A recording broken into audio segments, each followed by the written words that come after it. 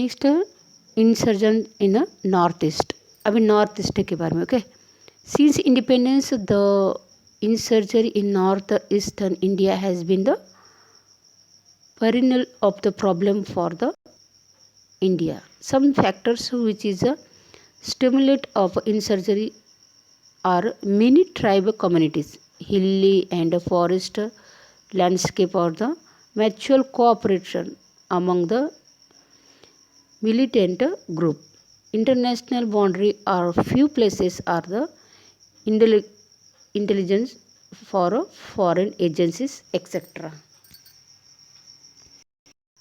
और इस तरह से जो इंडिया इंडिपेंडेंस के बाद से अगर देखा जाए तो जो साउथ ईस्ट एरिया से जो बहुत सारे प्रॉब्लम्स क्रिएट होते हैं, अलग अलग कास्ट के लोग यहाँ पे, जो यहाँ पे जो फॉरेस्ट्री एरिया है या जो हिली एरिया है, यहाँ पे लोग आके इस तरह से यहाँ पे इस एरिया में आके इस तरह से कृत्य करते हैं। इसके अलावा जो अपनी जो बाउंड्रीज है, जो दूसरे कंट्री के अपनी कंट्री के बीच में जो बाउंड्रीज है, इसके लिए भी, और इसके अलावा इसके अंतर्गत ज़्यादातर जो फॉरेन एजेंसीज है वो ज़्यादातर इसके अंतर्गत हस्तगत करते हैं।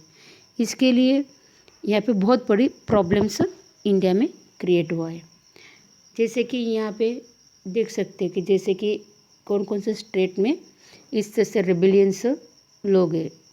जैसे कि नागालैंड में जो बड़वाखोर है, जो रिबिलियंस है, वो जैसे कि NSCN national socialist council for of Nagaland, इनका साम्राज्य है यहाँ पे। और मणिपुर में भी KNF यानी कुकी नेशनल फ्रंट, और दूसरा है KNA कुकी नेशनल आर्मी। इस तरह से यहाँ के लोगों ने इस तरह से यहाँ पे अपना आतंक मचा देते हैं। दूसरा है त्रिपुरा में ATTF all Tripura tigers force. दूसरा है त्रिपुरा में दूसरा रेबिलियन है TUJS त्रिपुरा उपनिषी जुपा समिति। और नेक्स्ट है आसाम में भी इस तरह से रेबिलियंस है, जैसे कि ULFA united liberation front of Assam, इनका है। और दूसरा आसाम में ही दूसरा जो रेबिलियन है UMF यानी यूनाइटेड माइनॉरिटी फ्रंट। और इसके अलावा आसाम में और एक रेबिलियन है जैसे कि NDFB national democratic front of Bodoland. और एक भी यहाँ पे रेबिलियन है जैसे कि BLTF Bodoland liberation tiger force. इस तरह से अलग अलग जो है इनका संगठन होने के कारण वहाँ के लोगों के रहने वाले लोगों का बहुत ही इस तरह से बार बार इस तरह से हिंसात्मक जो कृत्य करने के कारण क्या होता है, यहाँ पे लोग रहने वाले लोगों के इकोनॉमिकली और वो डिस्टर्ब हो जाते, और इस तरह से वो गैर कायदे से यहाँ पे वसौट यहाँ पे रह के यहाँ का पूरी तरह से लोगों को हानि पहुँचाने का काम करते हैं। These are the rebellions organization have been the struggling for the demand of a separate state and to the secure their own political economic interest, or the question of illegal immigration. So because of it is economic, social, administration or political system are damaged. इनके बार बार इस तरह से कृत्य करने के हिंसात्मक कृत्य करने के कारण क्या होता है, देश की प्रगति रुक सकती है, उस एरिया के लोगों की इकोनॉमिकली, सोशली, एडमिनिस्ट्रेशन भी जो गवर्नमेंट है वो अच्छी तरह से गवर्नमेंट कर नहीं पाएगा, और इस तरह से बहुत सारा नुकसान जो है डैमेज हो सकता, बहुत सारे सिस्टम को उसको डैमेज कर देता है। नेक्स्ट है टेररिज्म इन कश्मीर। अभी हम देखते हैं कि कश्मीर के बार बार इस तरह से टेररिज्म अटैक कर देता है। जैसे 15 अगस्त 1947 India is a become the independence 15 अगस्त 1947। ओके, हम जानते हैं कि जो हमारा देश है वो इंडिपेंडेंस हो गया, आज़ाद हो गया 15 अगस्त 1947।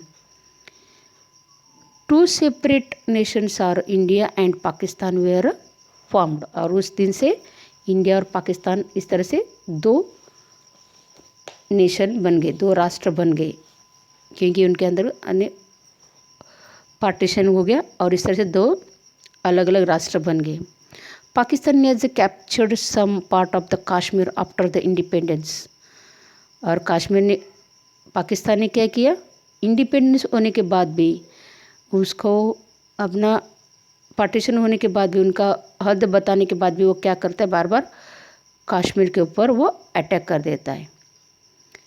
Jammu and Kashmir is an integral part of the India. Jammu और कश्मीर किस में आता है, इंडिया में आ जाता है, लेकिन still Pakistan tries to capture it every now and then.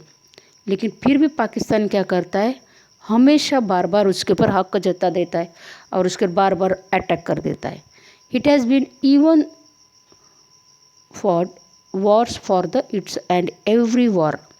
India is inflicted the humiliating defeat to it. इस तरह से वो हमेशा वॉर भी करता रहता है और हर बार वो हार भी जाता है, फिर भी लेकिन क्या करता है वो डिस्टर्ब कर यानी बार बार वो इस तरह से अटैक करता रहता है। Terrorism as increased in the Kashmir after 1988.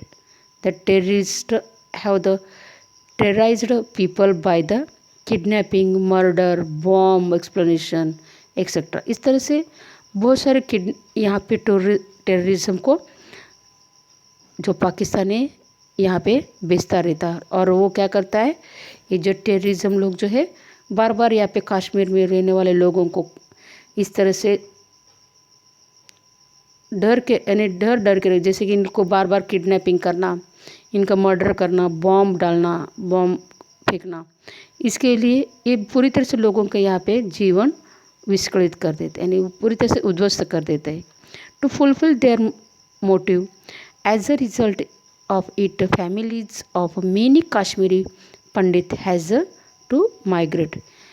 इस तरीके से बार बार इस तरह से हमले के कारण क्या हो गया, बहुत सारे कश्मीरी पंडित जो है वो वहाँ से माइग्रेट होकर दूसरे स्टेट में चले गए।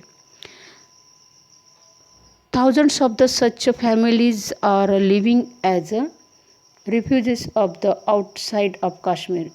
Terrorism in Kashmir is supported from the across the border. और इस तरह से बहुत सारे लोग जो है कश्मीर के लोग जो है वो अपने अलग से स्टेट में जाए, दूसरे स्टेट में जाके वो वहाँ पे रहने लगे। और यहाँ पे जो आतंकवादी जो लोग हैं, जो बाउंड्री के ऊपर बाहर से लोगों को ये इस टेररिज्म को पूरी तरह से उनको हेल्प मिलता है, दूसरे कंट्री के द्वारा या तो पाकिस्तान के द्वारा उनका पूरी तरह से उनको हेल्प मिलता है। इसके कारण वो पूरी तरह से यहाँ पे आतंक मचा देते हैं। This the intention of the terrorist is to create fear and instability in India.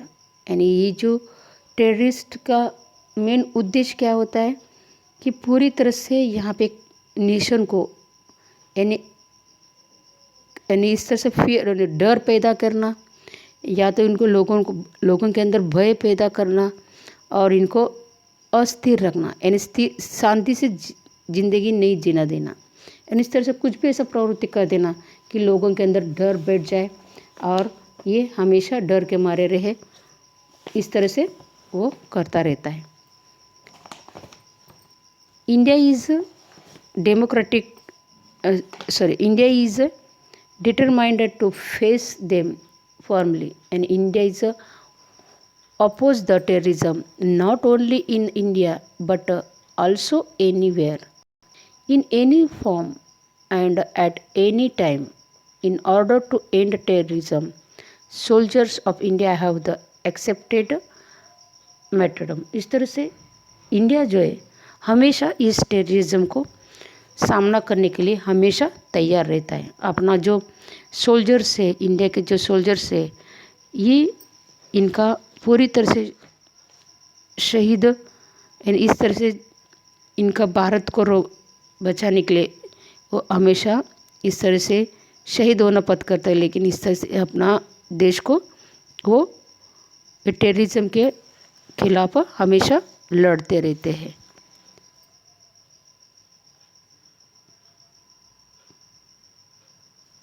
Next,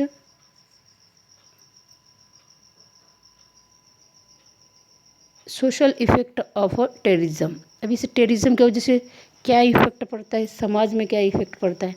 जैसे कि terrorism leads to disintegration of the nation. वो हमेशा क्या करता है, समाज के अंदर पूरी तरह से समाज को विस्कलित कर देता है, पूरी तरह से उसको डिस्टर्ब कर देता है।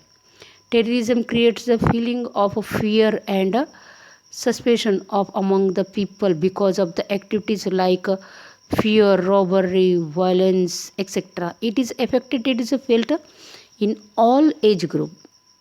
Education suffering adversely in a terrorism affected area. इस तरह से वो ऐसे बार बार कृत्य करते जैसे कि उनके अंदर डर बैठा देना या तो उनको लूटपाट करना, हिंसा करना, ऐसी प्रवृत्तियाँ करते कि लोग वो कुछ भी कर नहीं सकते। इसके अलावा वो जो छोटे बच्चे होते हैं या जो ओल्ड होते हैं, इनके अंदर ज़्यादा वो भय का परिणाम उसके ऊपर ज़्यादा होता है। इस तरह से जो स्कूल में जाने वाले जो बच्चे होते हैं या वो इनके ऊपर भी बहुत सारा हानि पहुंचा सकता है, क्योंकि वो जा नहीं पाते हैं।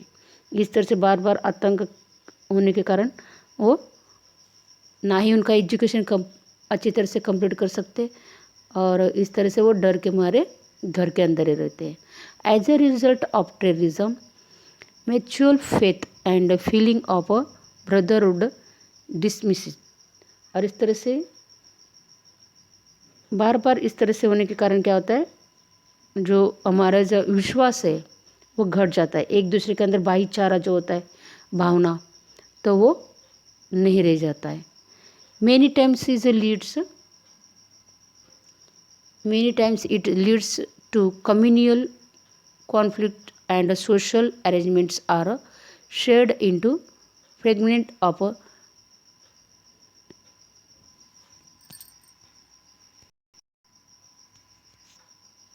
social arrangement is shared into fragment, and it is a choose and unrest is generated in the society.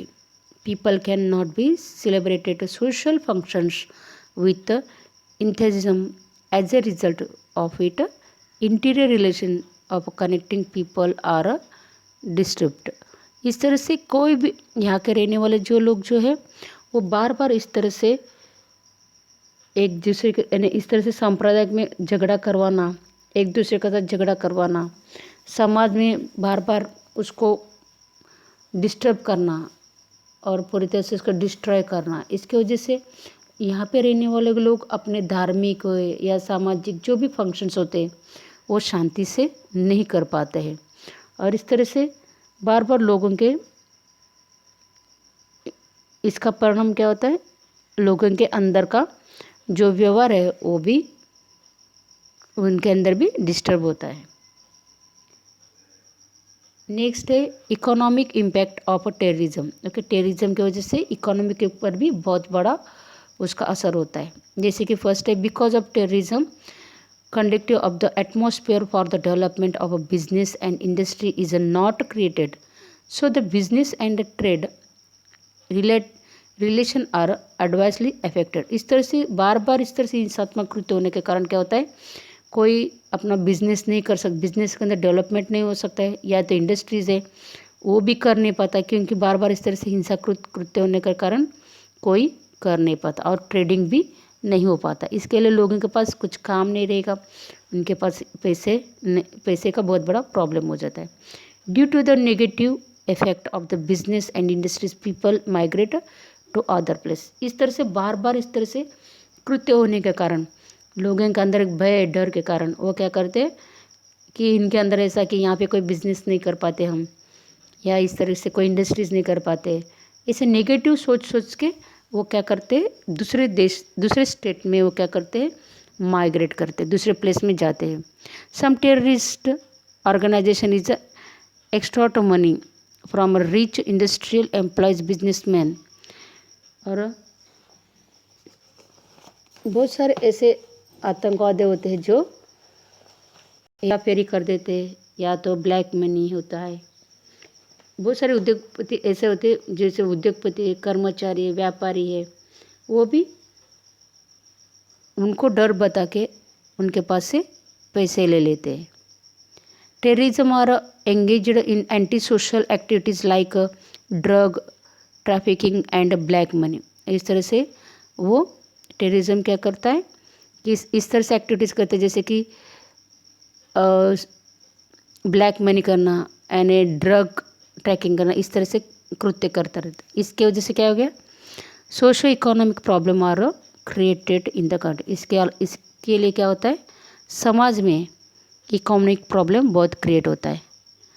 Terrorist destroy the railway, radio station, roads, bridges और द गवर्नमेंट ऑफिसेस एक्सेट्रा। इस तरीके से टेररिस्ट क्या करता है पूरी तरह से डिस्ट्रॉय करता रहे, जैसे रेडियो स्टेशन है, रोड है, जो भी प्रॉपर्टीज़ है उसको, ब्रिजेस है, गवर्नमेंट ऑफिस से बार बार क्या करता है वो डिस्ट्रॉय करता है, क्योंकि वो शांति से रहने नहीं देता है। इससे जो करोड़ों रुपए का नुकसान उसको भुगतना पड़ता है गवर्नमेंट को। Government has the spend crore of rupees for safety and protection. और इसके पीछे सेफ्टी के पीछे यहाँ पे प्रोटेक्शन के लिए गवर्नमेंट यहाँ पे करोड़ों रुपए खर्चा करता है। सिक्योरिटी यहाँ पे रहने के लिए, लोगों की सिक्योरिटी के लिए या प्रॉपर्टी के लिए, उसको बचाने यानी स्टेट को बचाने के लिए गवर्नमेंट करोड़ों रुपए यहाँ पे खर्चा करना पड़ता है। As a result terrorism state and national transportation industry, tourism industry have to suffered a great loss.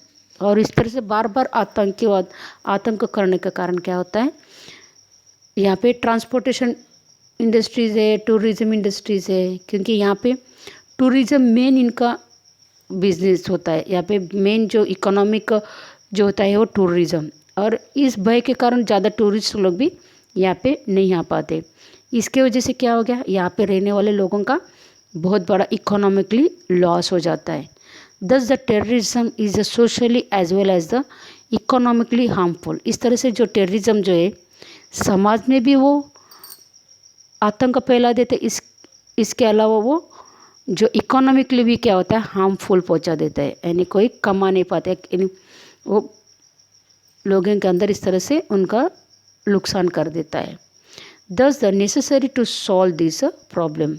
तो इसके लिए इसके ऊपर इस आतंक के बहुत बड़ी समस्या है और उसको ऊपर हमको इसको उपाय सोचना बहुत ही ज़रूरी है। Okay, so the chapter number 20 is completed. Okay, thank you.